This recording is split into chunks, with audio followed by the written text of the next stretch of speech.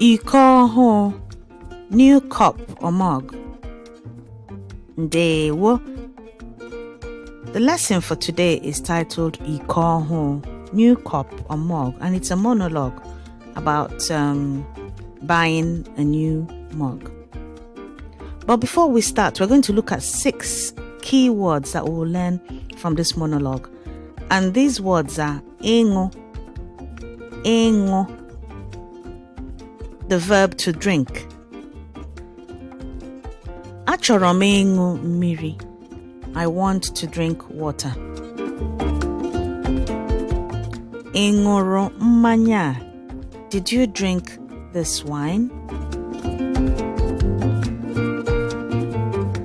Ị ga-aṅụ mmiri oroma?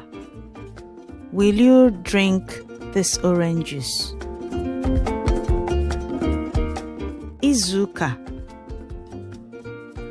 week.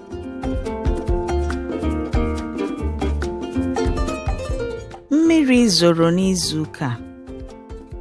It rained this week. Anyị ga-aga njem izuụka na-abịa. We will go on a journey next week. Izuụka, week. Nwangaji,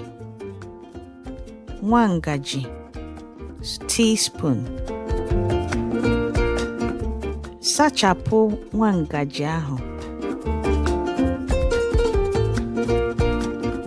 Wash that teaspoon. Nwangaji, teaspoon.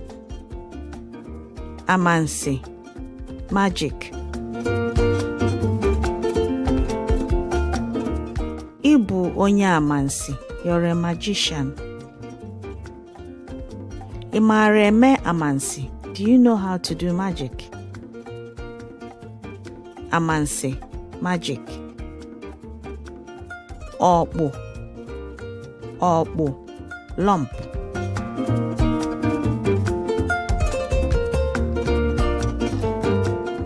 Nye m ọkpụ nzu ka m racha.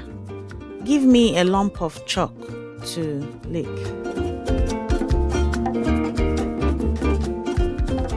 Ọkpụ gịnị bụ ihe a? What lump is this?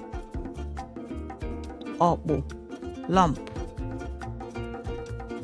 Ọtọ bịrịbịrị. Ọtọ bịrịbịrị, sugar. Ọtọ bịrịbịrị juru na nri a. There's a lot of sugar in this food. Nye m otu ọkpụ ọtọ bịrịbịrị. Give me 1 lump of sugar. Ọtọ bịrịbịrị, sugar. Ready? Let's begin. Ka anyị bido. Ana m aṅụ chocolate kwa ụtụtụ oge m kwadochara ọrụ. Ana m aṅụ chocolate kwa ụtụtụ oge m kwadochara ọrụ.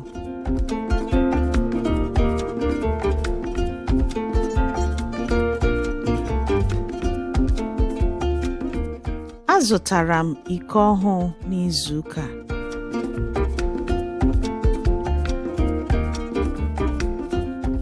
Azụtara m iko ọhụụ n'izuụka.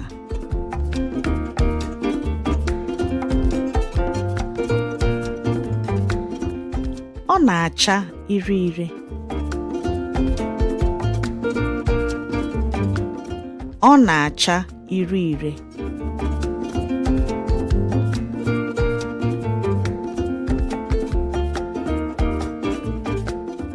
Onye resịrị m iko a sị na ọ bụ iko amansi.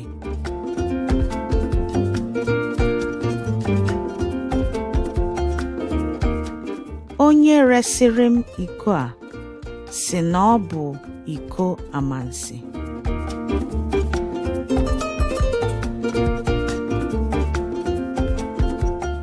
Oge o kwuru ya, Achịrị m ọchị. Oge o kwuru ya, achịrị m ọchị.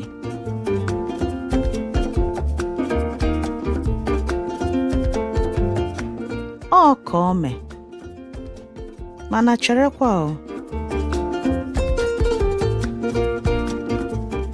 Ọ ka o mee, mana cherekwa o.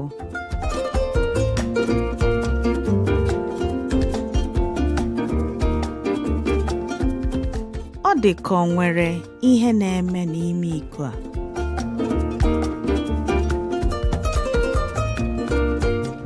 Ọ dị ka o nwere ihe na-eme n'ime iko a.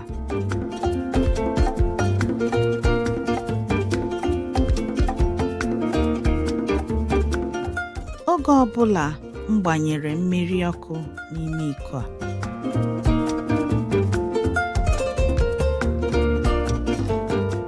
Oge ọbụla m gbanyere mmiri ọkụ n'ime iko a.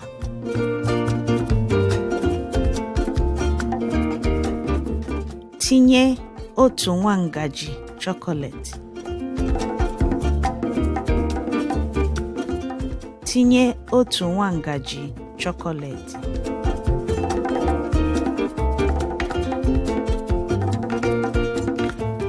Ọkpụ ọtọ bịrịbịrị a dị ka obi agbapụta.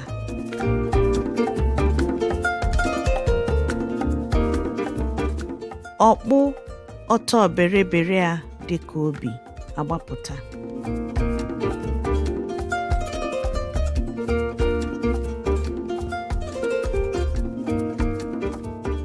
O meela ugboro atọ. O meela ugboro atọ.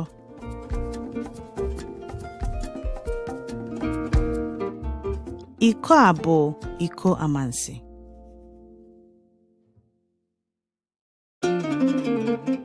Iko a bụ iko amansi.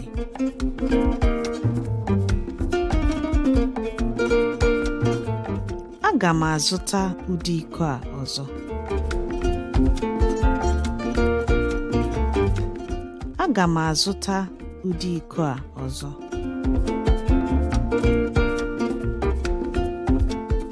And so the words we've learnt in this monologue are ịṅụ, ịṅụ, to drink. Izuụka, izuụka, week. Nwangaji, nwangaji, teaspoon. Amansi, amansi, magic.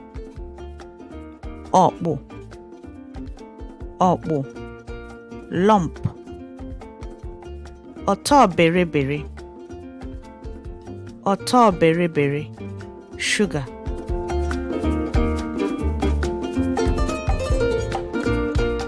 In conclusion, always remember that practice makes perfect and that each effort you make brings you closer to your Igbo language and culture learning goals. See you on the next lesson.